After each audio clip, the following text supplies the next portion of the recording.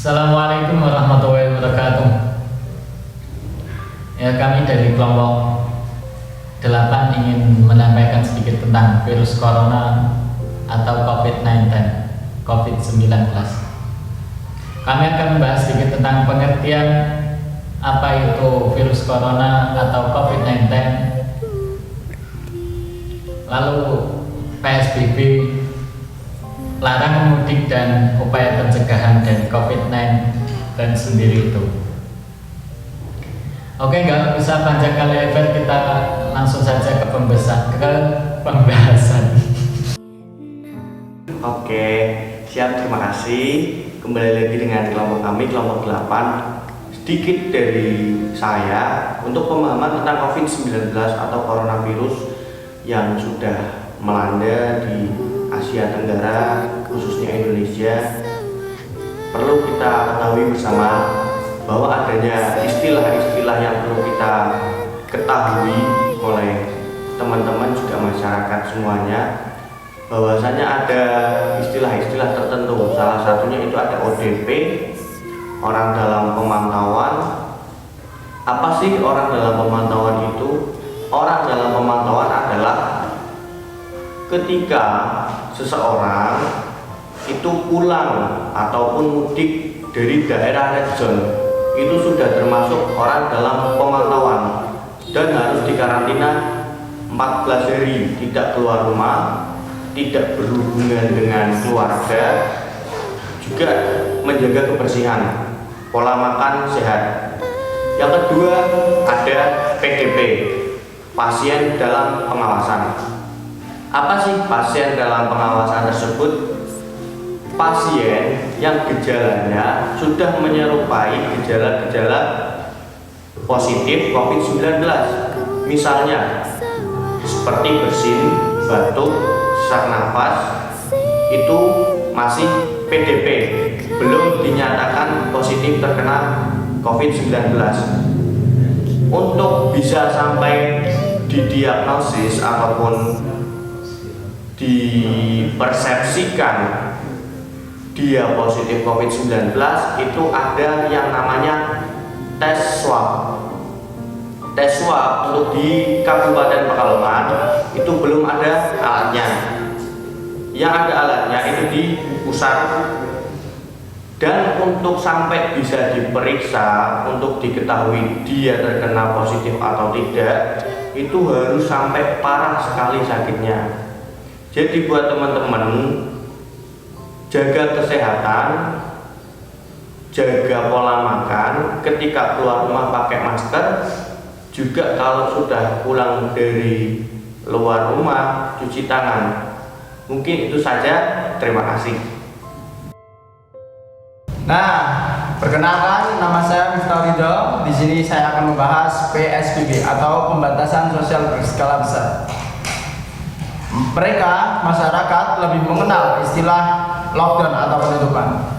Kendati berbeda makna, dampak bagi mereka keduanya sama-sama menyusahkan. Meski diterapkan di daerah Jakarta, Bogor, Depok, dan satu lagi Bekasi, belum tentu semua warga mengetahui tentang pembatasan sosial berskala besar atau PSBB. Warga pun masih melakukan aktivitas di luar rumah, termasuk bekerja, karena bekerja untuk menafkahi keluarganya untuk kebutuhan ekonomi sendiri. Masih di dalam PSBB diharapkan dapat memperlambat penyebaran virus corona, tak hanya di DKI Jakarta, namun juga di seluruh Indonesia. Mungkin Anda masih penasaran apa saja yang dibatasi dalam PSBB. Yang di sini akan dijelaskan. Yang pertama, aktivitas di sekolah dan tempat kerja. Aktivitas di sekolah dan tempat kerja masuk dalam hal yang dibatasi dalam PSBB, kecuali kantor, instansi strategi yang memberikan pelayanan, ketahanan, atau keamanan.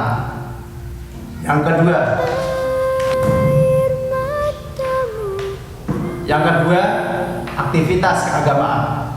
Kegiatan keagamaan harus dilaksanakan di rumah dan dihadiri keluarga dan jumlah terbatas, dan menjaga jarak setiap orang. Selain itu, kegiatan keagamaan harus berpedoman pada peraturan perundang-undangan dan fatwa atau pandangan lembaga keagamaan resmi yang diakui pemerintah. Yang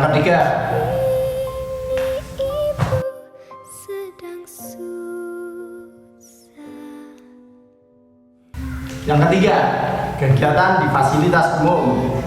Pembatasan kegiatan di tempat atau fasilitas umum dilaksanakan dalam bentuk pembatasan jumlah orang dan pengaturan jarak atau social distancing.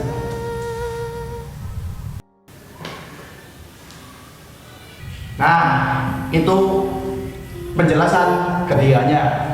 Dan yang selanjutnya, pembahasan selanjutnya akan dibahas oleh rekan saya. Wih, jangan panik sob. Corona itu gampang pencegahannya.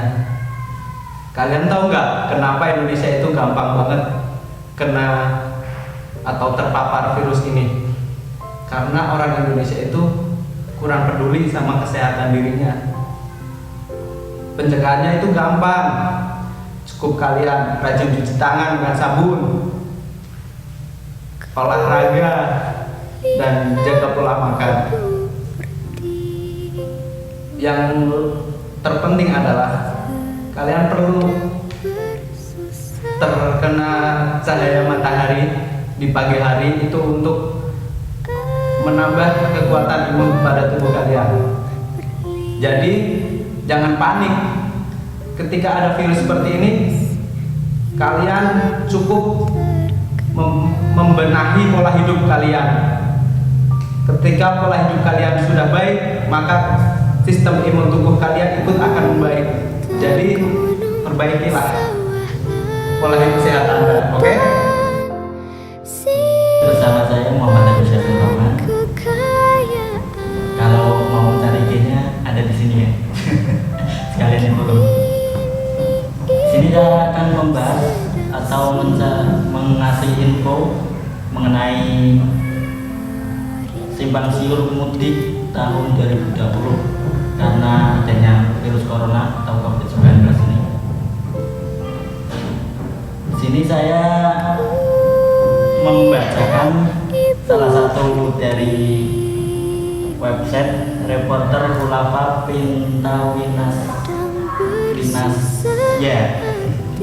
Di sini diterangkan bahwa pemerintah telah resmi menggeser cuti bersama Hari Raya Idul Fitri 1441 Hijriah yang semula dijadwalkan bulan Mei 2020 menjadi Desember 2020. Hal itu sesuai dengan hasil surat keputusan bersama atau SKP Menteri Agama, Menteri Ketenagakerjaan, dan Menteri Pendayagunaan Aparatur Negara dan Reformasi Birokrasi.